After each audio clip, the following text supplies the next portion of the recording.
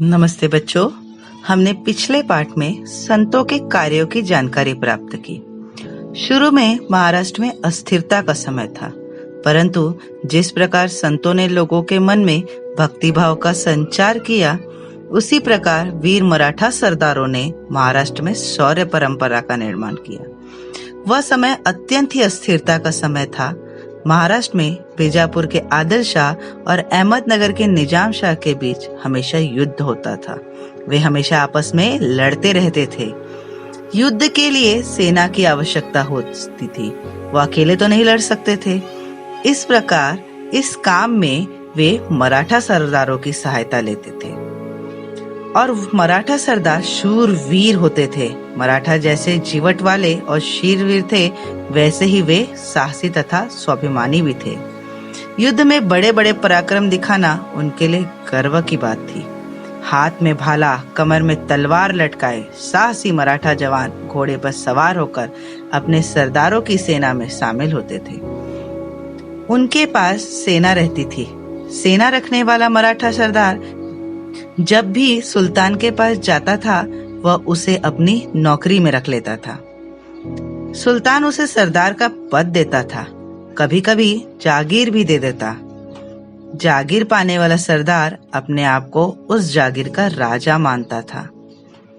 बीजापुर और अहमदनगर के सुल्तानों के दरबार में कई बड़े बड़े मराठा सरदार थे। उनमें सिंदखेड़ के जादव, फलटन के निम्बालकर, मुधोल के घोरपड़े, जावली के मोरे तथा एलोरा के भोंसले आदि प्रमुख सरदार थे। सिंदखेड़ के जादव देवगिरी के यादवों के वंशज थे।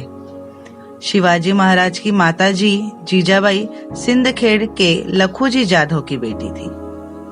वे सरदार शूरवीर थे, परंतु उनमें से कई सरदारों में परस्पर बड़ी शत्रुता थी।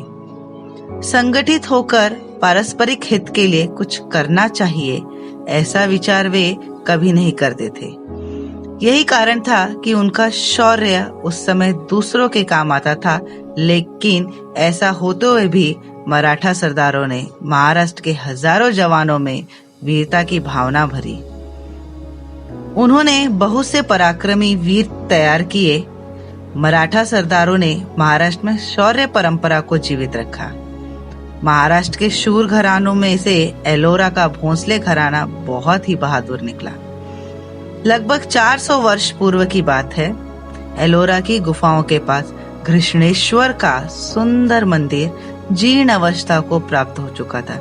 जीर्ण अवस्था अर्थात एक बुरी तरह से खराब हो चुका था। उसकी दीवारों में बड़ी बड़ी दरारें पड़ गई थी। मंदिर का पुजारी भी मंदिर छोड़कर चला गया था। इतने में महान देवता और उनके मंदिर की ऐसी दुर्दशा, उस मंदिर को देखकर भक्तों को बड़ा दुख होता था।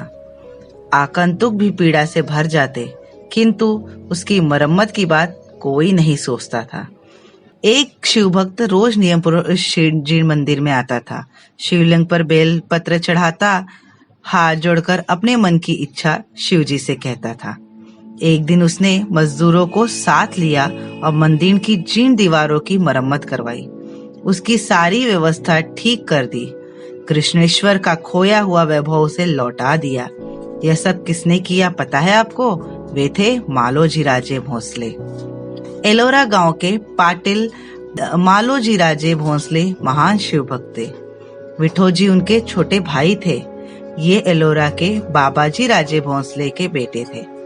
एलोरा के पाटिल के अधिकार बाबाजी राजे भोंसले को मिले थे। मालोजी राजे और विठोजी राजे कर्तव्यनिष्ठ और शूर थे। उनके दरबार में कई सशस्त्र मराठे थे। वह समय बड़ी अस्थिरता का था। उत्तर के मुगल शासक ने निजाम शाही पर आक्रमण कर दिया था। तत्कालीन दौलताबाद निजाम शाह की राजधानी थी। वहां मलिक अंबर नामक उसका एक वजीर था। वह बड़ा पराक्रमी और बुद्धिमान था। उसने दौलताबाद के निकट स्थित एलोरा के भोंसले बंधुओं का पराक्रम देखा था। अतः उसने निजाम शाह से उनके शौर्य की प्रशंसा की। निजाम शाह ने मालोजी राजे को पुणे और सूपे परागनों की जागीर दे दी। भोंसले का घर वैभव संपन्न हो गया। उमाबाई मालोजी राजे की पत्नी थी। वे फलटन के निम्बालकर घराने की थी। उनके 2 बेटे थे, एक का नाम शाहजी राजे और दूसरे का नाम शरीफ जी। शाहजी जब 5 वर्ष के थे तब मालोजी राजे ने इंदापुर के युद्ध में वीर गति पाई। विठोजी राजे ने अपने भतीजे और उनकी जागीर की रक्षा की। उन्होंने शाहजी राजे के साथ लखुजी राव जाधव की बेटी के विवाह का प्रस्ताव रखा। लखुजी राव जाधव की बेटी जीजाबाई सुलक्षणा थी। जीजाबाई के लिए विठोजी राजे द्वारा रखे हुए प्रस्ताव को लखुजी राव ने स्वीकार किया। लखुजी राव निजाम शाही के शूर और पराक्रमी सरदार थे। उनके पास बहुत ही बड़ी सेना थी। निजाम शाह के दरबार में उनका बड़ा सम्मान था। उन्होंने शाहजी राजे और जीजाबाई का विवाह बड़ी धूमधाम से संपन्न किया। जीजाबाई भोंसले परिवार की लक्ष्मी बनी। निजाम शाह ने मालोजी राजे की जागीर शाहजी राजे को दे दी। शाहजी राजे पराक्रमी थे। निजाम शाह के दरबार में उनका बड़ा सम्मान था। उत्तर के मुगल सम्राट ने निजाम शाही को जीतने की योजना बनाई। बीजापुर का आदिल शाह भी उनसे मिल गया था। तब निजाम शाही को बचाने के लिए मलिक अंबर और शाहजी राजे दृढ़ता पूर्वक लड़े। दोनों सेनाओं की उन्होंने पराजित कर दिया।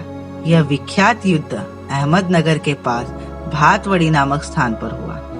इस युद्ध में शरीफ जी वीर गति को प्राप्त हुए, किंतु शाहजी राजे ने वीरता का परिचय दिया, अतः उनको शूर सेनानी के रूप में ख्याति प्राप्त हुई।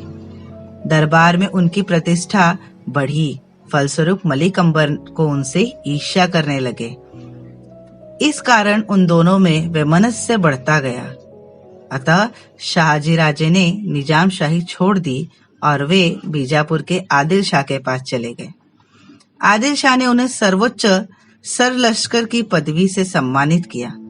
कालांतर में निजाम शाही में बड़ी उथल पुथल हुई। वजीर मलिक अंबर की मृत्यु हुई। उनका पुत्र फतेह खान धूर्त था। धूर्त मतलब धोखेबाज। अब वह निजाम शाही का वजीर बना। उसके कार्यकाल में निजाम शाही का पतन होने लगा। मुगलों के आक्रमण का भय उत्पन्न हुआ। निजाम शाही को इस स्थिति से उबारने के लिए निजाम शाह की मां ने शाहजी राजे से वापस आने के लिए प्रार्थना की। तब शाहजी राजे आदिल शाही को छोड़कर निजाम शाही वापस आए। इस प्रकार ऐसे थे वीर मराठा भोंसले पराक्रमी का घराना। मराठा सरदार इस प्रकार वीर थे और उनकी वीरता यहाँ झलकती है। इस पाठ में हमने मराठा सरदार की वीर गाथा देखी।